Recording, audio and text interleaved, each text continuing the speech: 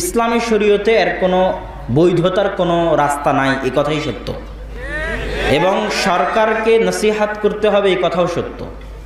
কিন্তু এইটার কারণে সরকার কাফের কিনা তখন আপনাকে দেখতে হবে যে এটা প্রকাশ্য কুফরি কেমনে বুঝবেন।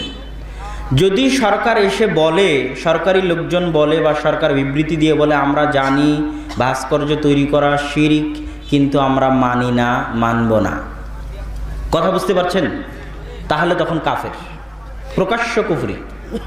কিন্তু দেখবেন যে সরকারের যারা লোকজন আছে, মন্ত্রী পরিষদের লোকজন আছে, তারা বলতেছে যে ভাস্কর্য তৈরি করার পক্ষে, জায়েজের পক্ষে কত দলিল আছে, সব দলিল সরকারের সবার মুখস্থ আছে, কথা বুঝতে পারেননি? তাহলে তারা সেটাকে জায়েজ করে করতে চাচ্ছে, কথা কি আমার বুঝতে পারছেন? তারা বলতেছে না যে ভাস্কর্য শিরক মানি না, বলতেছে ভাস্কর্য তৈরি করা জায়েজ, দলিল দেখো কোরআনে। টিভি খুললেই দেখবেন কত দাড়ি টুপিওয়ালা হুজুর আছে যারা ভাস্কর্য জায়েজের পক্ষে ফতোয়া দিচ্ছে, আছে না? এবং এমনও আছে যে বলতেছে আমি ঘরে বসে আলেম হয়ে গেছি, আমি তোমাদের চেয়ে বেশি বুঝি। কেউ তাহাজ্জুদের সালাতও আদায় করে। তারা সবাই ফতোয়া দিচ্ছে যে ভাস্কর্য জায়েজ।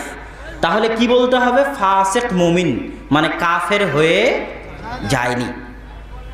এই সুযোগ আমাদের নাই যে কেউ কোনো কবিরা গুনাহ করলো আর আমি তাকে যাচাই বাছাই না করেই তাকে কাফের বলবো। তাকে দুটো জিজ্ঞাসা করতে হবে কবিরা গুনাহ করার পর, দুটো জিজ্ঞাসা, আপনি কি জানেন?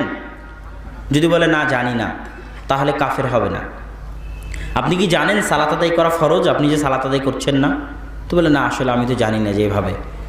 আচ্ছা ঠিক আছে, তাহলে কাফের হবে না। আচ্ছা আপনি জানেন সালাত আদায় করা ফরজ? হ্যাঁ আমি জানি, করছেন না কেন? এবার যদি তার কাছে তাবিল থাকে, এটাকে আরবিতে বলা হয় তাবিল, যে আসলে